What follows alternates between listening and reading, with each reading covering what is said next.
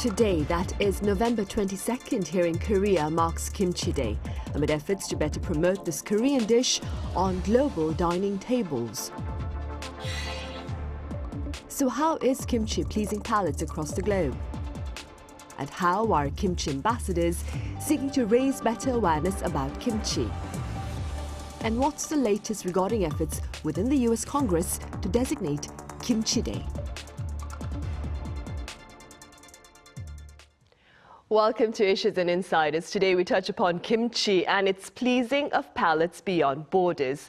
For more on this, I have Kim Minsun, the head of the Museum of Korean American Heritage, live on the line with us. It is a pleasure to have you with us. Hi, how are you? Fine, nice thank you. Right, it is. Let's start off then very quickly with what you can share with us about kimchi's popularity there in the US. Oh, interest has increased significantly due to the K-pop and the K-drama craze. In the past, I could only buy Korean food through Korean supermarket. But now I can easily find the Korean food even in large American supermarkets. That means that the demand has increased. However, although kimchi and Korean food are widely known in places with many immigrants, there are still many people who do not know kimchi. We will need to be more active promotion. Right, and speaking about promoting kimchi, I understand a resolution to designate November 22nd as Kimchi Day has been sent to the US House floor. What are the broader implications of this particular development? Kimchi is our soul food. However, it has been looked down upon for a long time. Now, kimchi is proudly declared as the first food-themed national day in the United States, raising the status of Koreans, which also leads to the growth of the Korean American community in the United States. I am sure we will be proud of being Korean through this. I understand you were part of the group that drafted the resolution itself. Could you perhaps walk us through the journey to that drafting?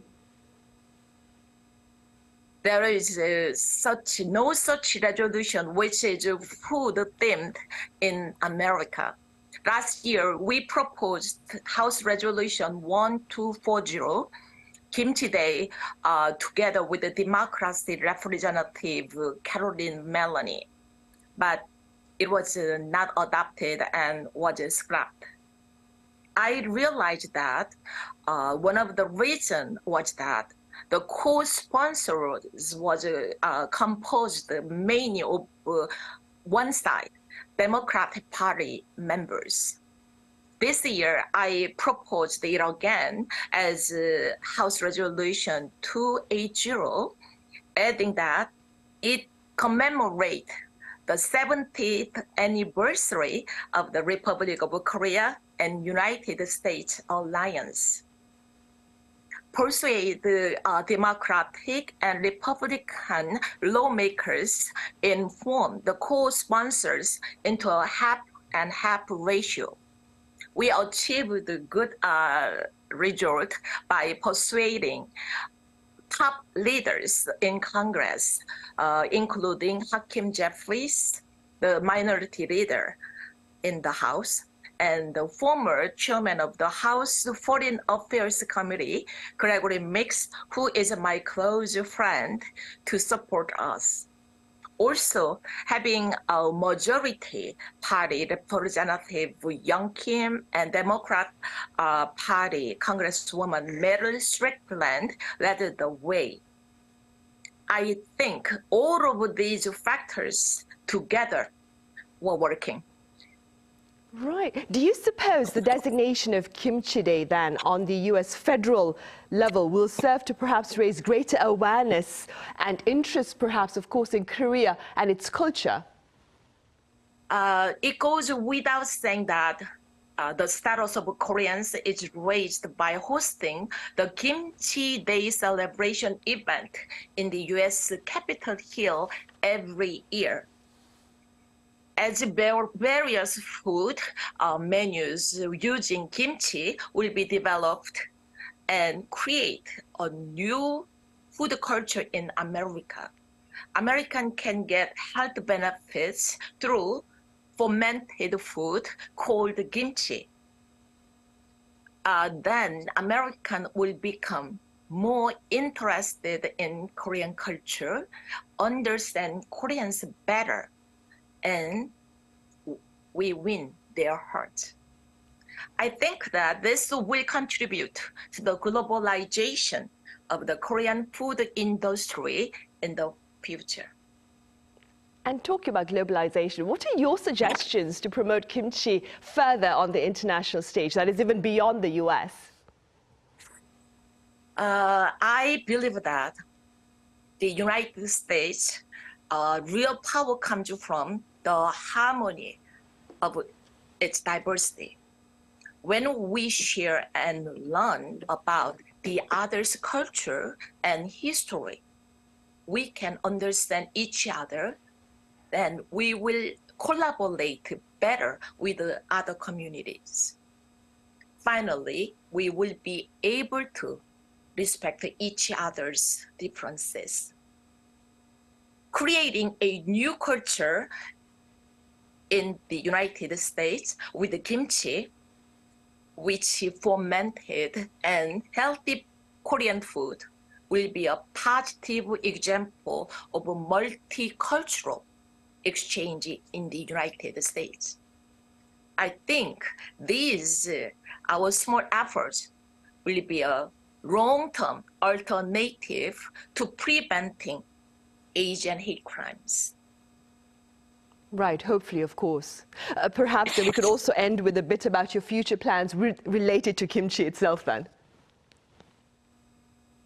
We are working hard to hope that America's first Korean Immigration Heritage Museum will be expanded and that spaces will soon be created to display all the many artifacts donated by the Korean community.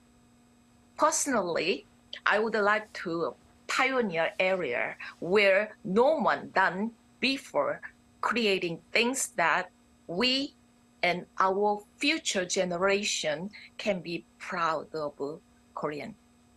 Right, and best of luck in your future endeavors then. That was Kim Minsun. Thank you so much for your time and your thoughts right now, the head of the Museum of Korean American Heritage. Thank you very much.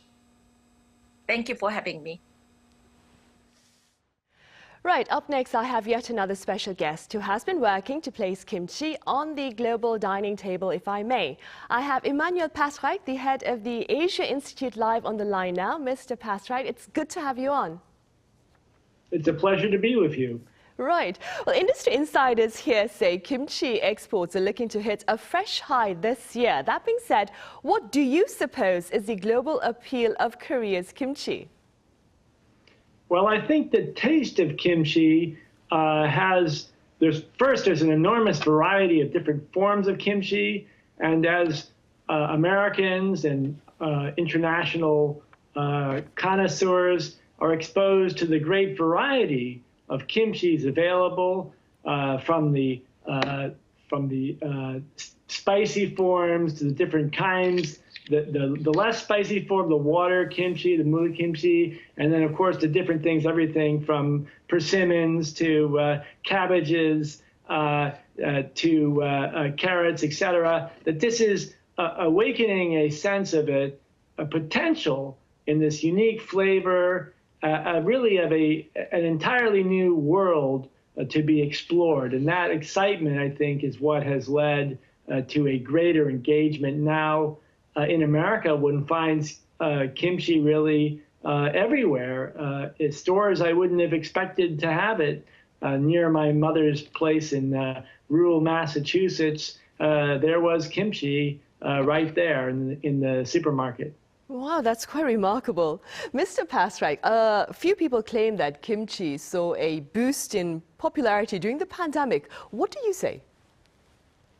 Well, it has been shown that the bacteria involved in the fermentation of kimchi are connected, encouraging improved immune functions and also lowering inflammation from various diseases. So it's clear, in addition, that the vitamin C provided by kimchi and other nutritional benefits are very essential to health. And I have seen myself how making kimchi a habit, part of one's daily diet, can be extremely beneficial for health. To a degree, I think that even 5 or 10 years ago, most people were completely unaware. Do you prefer the spicy type or the non-spicy type kimchi? I would say medium spicy is fine for me, but I have not, and I would say for that matter, my children are not quite for the extreme forms of spicy that one can find in Jeollanam-do, for example. Although I did live in Jeollanam-do for a year and a half, and I explored a wide variety. I think that's really what we want to stress, is just the variety, the potential found in kimchi, and that's what really has not been introduced fully in the West, in the outside of Korea. Right, I would have to agree with you there. Mr. Pasright, you are among the first group of 6 kimchi ambassadors as appointed by the World Institute of Kimchi. What does your work as kimchi ambassador include? Well, this is my work, I would say. I have written articles about kimchi for publication in English primarily. I have talked at academic and less academic events about the value of kimchi. And maybe equally importantly, I've spoken with Koreans about what our strategy should be for introducing kimchi abroad. And I have stressed the need to introduce the full spectrum of kimchi and also to place a high emphasis on this sort of gourmet quality. That one of the problems we've had is that kimchi has often been a side dish in not so remarkable food in the United States, for example, and that what we really need is extremely high-end restaurants, sort of gourmet restaurants, in which kimchi in its full potential as a sort of gourmet food is introduced, because that will get you the attention that you really need internationally. So, Mr. Pasright, basically, you have been highlighting the importance of efforts to further raise awareness about kimchi. That being said, what are your thoughts on the current efforts out there to raise awareness about kimchi on the international stage? Well, I think that Korea has made enormous strides. And of course, it wasn't all just Korean efforts. I mean, once one comes to appreciate kimchi, then it's a natural process. It takes off. But I think the difficulty is that there's several steps that for many people, you have to taste kimchi more than once, maybe 2 or 3 or 4 times before you really get hooked on kimchi and it becomes an essential part of your life.